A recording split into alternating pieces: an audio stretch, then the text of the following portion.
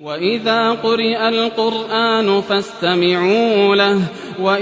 قرئ القرآن فاستمعوا له وأنصتوا لعلكم ترحمون واذكر ربك في نفسك تضرعا وخيفة ودون